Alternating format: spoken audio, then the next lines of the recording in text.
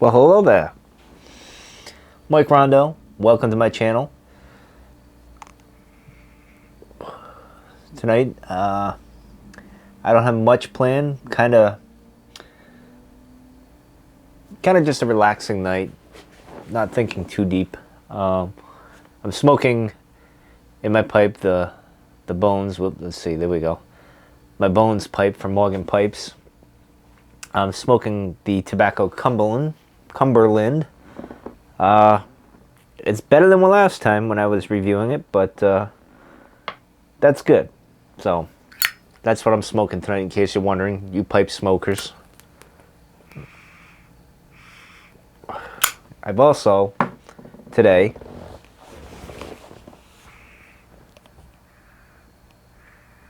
used my at lunch at work.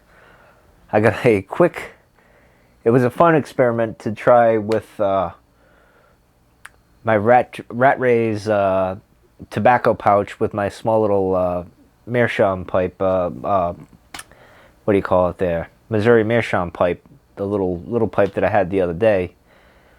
Brought that to work, and I was able to smoke a bowl of the Russ's ice cream. I figured I'd go with that. That's my aromatic favorite tobacco, and it smells pretty good. So when I went back to work, I didn't stink like tobacco or cigarettes or anything bad. So I did that. That was pretty fun. It actually, the pouch itself with the pipe, I was trying to fit the pipe in the pouch, and it fits. It's a little tight at the moment, but I think once the leather starts working its way, it'll be all right. Just gotta keep doing that. But I love the pouch. The pouch it's tiny, but it's pretty cool. It's a pretty cool pouch. But that's pretty much on pipes. Not much else going on. I was just coming on. Before I came on here, I was looking through some of the stuff from my notes with reflections of the human condition, because I was going to talk about something, and I was like, well, I don't find anything too much that's going on in my mind here. And today I was kind of like, with everything going on in the world this week and the tragedies and the craziness, I'm kind of a little, I don't want to say sad, but bummed out, and just kind of bewildered, I guess that's the word for it, with everything. I just, I'm not one to get carried away with my emotions or anything, but sometimes you sit back and I don't know what to make of it. So I kind of was skimming through this. This is kind of a book I read. Well, I didn't read. It's one, I read different quotes that are in it. It's got some pretty good quotes, some good wisdom. And I was just going through it to see if I could find anything that I could find, and I found one. By Epictetus, and now I can't find it. You would have thought I would have marked it. Let me see if I can find it, though. Let's see.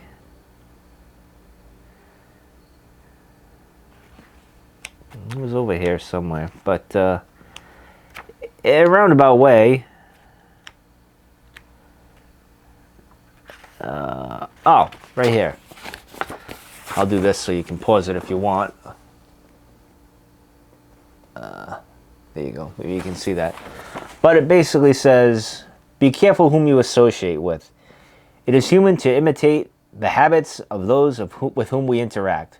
We inadvertently, I said that right that time, adopt their interests, their opinions, their values, and their habit of interpreting events. That is very important for today, with everybody, whether you're left, right, in the middle, libertarianish like me, independent, whatever you want. We got to stop the groupthink and kind of just start thinking for ourselves and kind of research things ourselves and forming our own opinions. And we might be better served that way. I don't know. It seems like everything is a mess.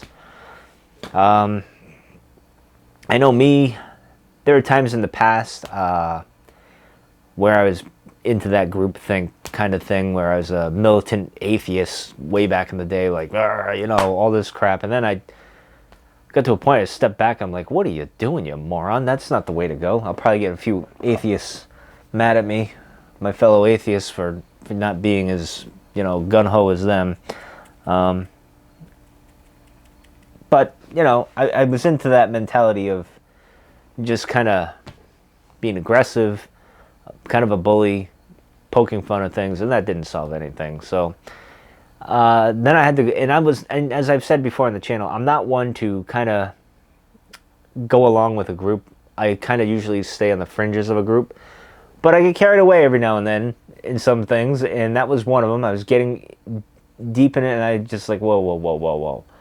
And I backtracked from that, and haven't done anything crazy like that since. So it's important to kind of, and I don't even know if I consider myself an atheist now. Some would call me more of an agnostic, but I really don't care. It's an irrelevant thing for me, which is funny because I'm always questioning things and examining things and about the bigger picture of things. I think it's one of those questions where there is no right or wrong answer, and I won't know until I'm dead, I guess. So why bother going along with it? I don't know. That's just how I see it. But in any case, definitely we got this herd mentality, lemming jumping off the cliff type mentality these days, and that's a dangerous, dangerous thing.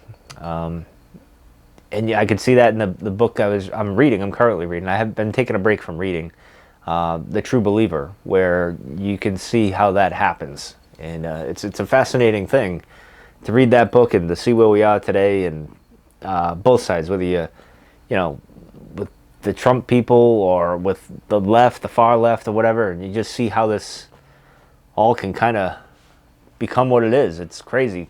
Eric Hoffer wrote the book, what, in the 50s or something, and here we are. Crazy.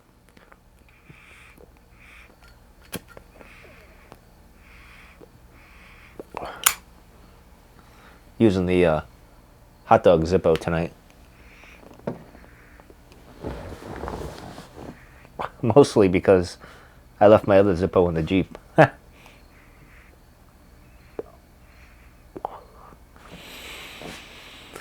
don't know, I find it interesting. I tend to, like, I watched Tim Pool today talk about some stuff, and he was talking basically about the mainstream media and how it's failing compared to, because everybody's getting their news from YouTube, Facebook, Twitter, all these other places, and they're from,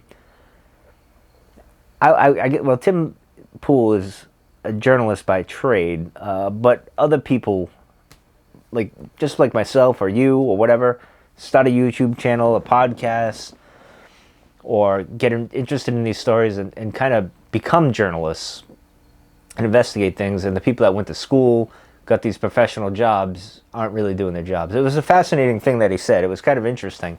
But it's funny, even like the mainstream media, occasionally you find good journalism. Occasionally. Not much, but occasionally you do find it. So there is some hope out there for the mainstream, but he basically called like the mainstream CBS, NBC, Fox, all of them, like saying they're basically blockbuster. Their time is coming to an end, and this is the new way of doing things, which I kind of agree with to a degree. You know, it's almost like even radio, like podcasting's kind of done that, and like YouTube, it's kind of melding into one kind of thing, and it's a very interesting thing. But the danger with that is everybody starts to get programmed and think one way, whether it's on this side, that side, or the other side, or whatever side, and nobody stops, takes a step back, soak in the information, and kind of process it themselves and filter it from themselves. A lot of people just kind of, okay, and go with it. That's not right, man. But for me, I like hearing all different opinions. The crazy opinions, middle of the road opinions, which is where I usually fall in. The right opinions, like the far right, far left, and all this stuff. And It's just I like to challenge my own viewpoint, to be honest. But I don't think a lot of people are up to having that openness and kind of. I guess it's for me and maybe my fellow thinkers. With us daily, like, we question the big things about life, meaning, and all this other stuff, and the universe, and all that.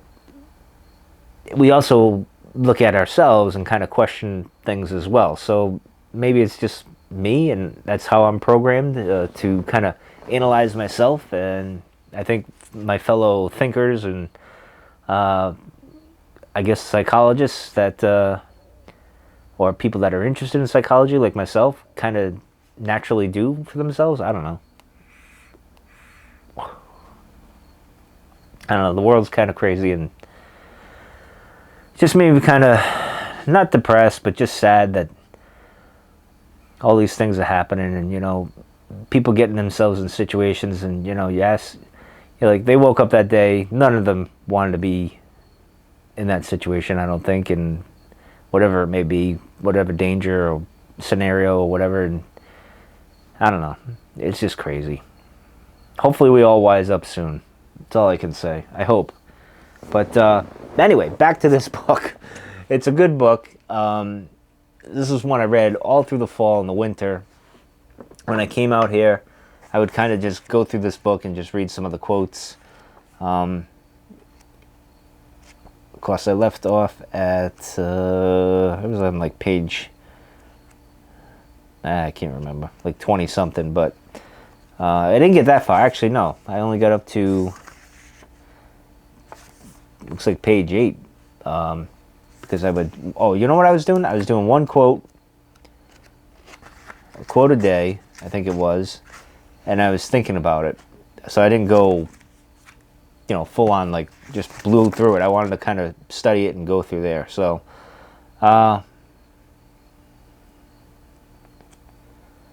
definitely a cool book to check out. If you love quotes, I love quotes.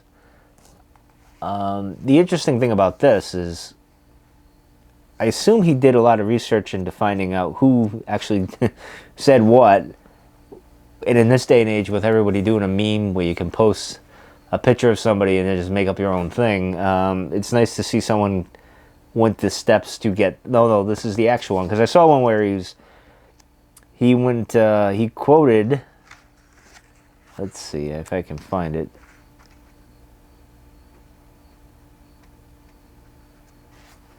I can't find it. Well, anyway, it was about several people that were attributed to the moderation. Whoop, I just had it. God damn it. I just had it. I just saw it when I was flipping, and of course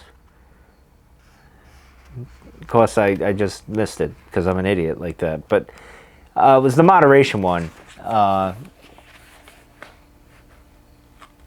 Basically something about, I can't even remember what the hell it was, but it's a popular quote, and I'm drawing a brain fart because I couldn't find the actual quote, which I wanted to do. But anyway, it's attributed to Oscar Wilde, Mark Twain, and a few others or whatever. And so, in any case, it's nice that he kind of like, all right, I couldn't pinpoint this one. I'm just going to say it was, this person, that person, or the other person. It could have been any of them, or all of them, for all I know. But yeah, so that helps me out. So, in any case, hopefully you guys are staying safe, staying sane. It's just a crazy world. That's all I can say. Which makes me appreciate this little corner of the universe here a lot more. My little spot in the universe where I can sit here, talk to the camera, smoke my pipe, do a little thinking. I'm very appreciative of having this place, I can tell you that. And actually, it's inspired me to read on the solitude book, because I think solitude is a pretty important thing these days for me.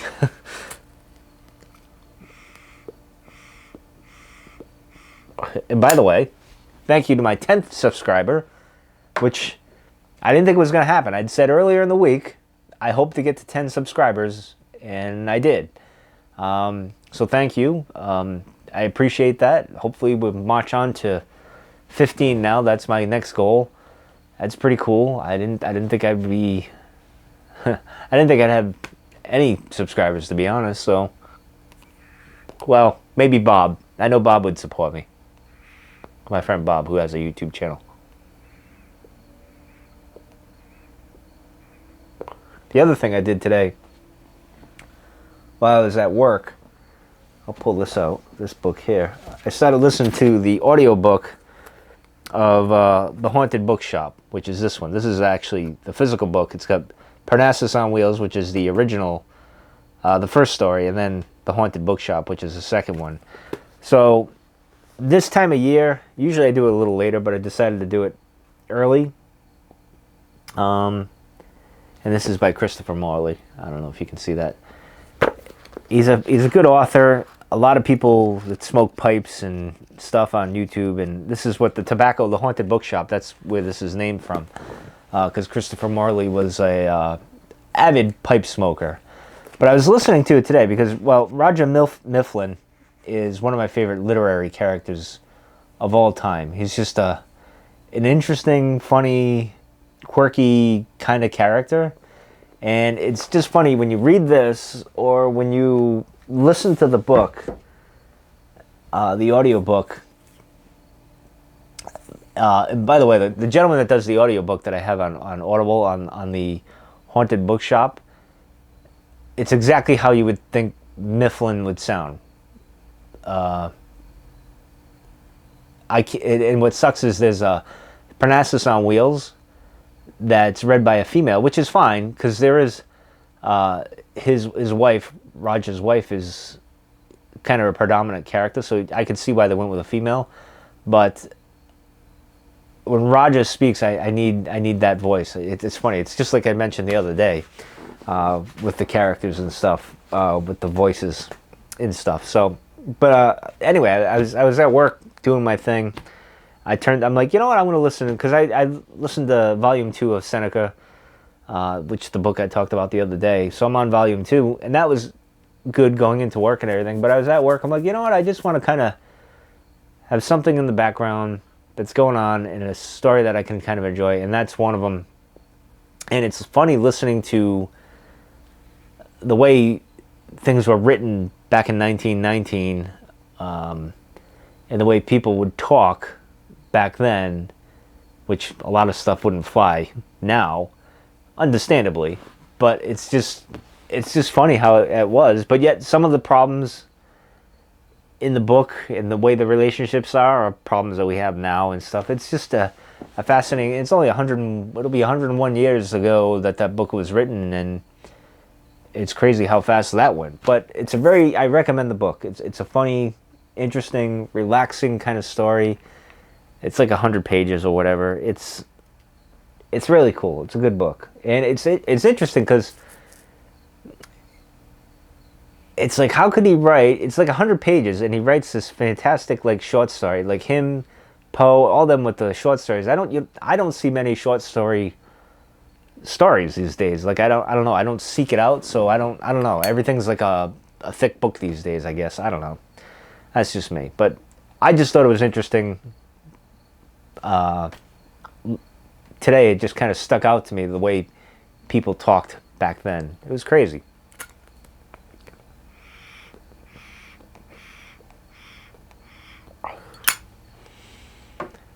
I'm happy to say the Cumberland tobacco, I'll give an update real quick before I end this. Not that bad. It was a good choice tonight. I almost went with a cigar, but it's a little cool out, so I decided to hold off. Maybe next week we'll have a nice warm day, and I'll have it one night or whatever. But I figured I'd give Cumberland another try, and I'm glad I went with it. I like it. It's okay. I'm not going to recommend it, and I'm not going to get another tin of it. I'll probably have that, and that'll be the end of it.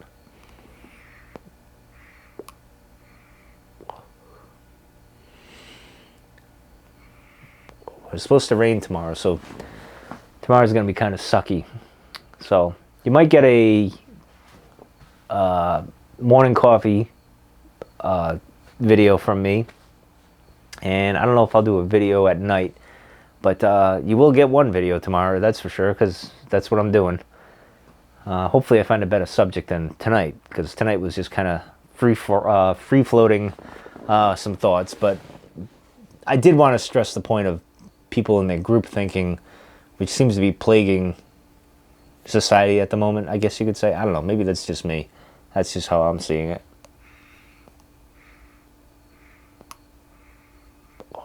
Anyway, that's going to do it for tonight. I'm going to finish this up, and I might even start some reading. I think I'm going to read the Solitude thing. Maybe I'll report on that tomorrow. I don't know. We'll see. See how it goes. Anyway, Bob, closing this out. Enjoyed the Boosted Board Mini X review you had. That was pretty cool. To see you got over 1,000 miles on the Boosted Board, and I'm only at 279, I think. I think that's where I left off. I don't know. It's pretty sad. I feel very, very inadequate around you now, Bob. But anyway, I'm out of here. I'll see you guys tomorrow.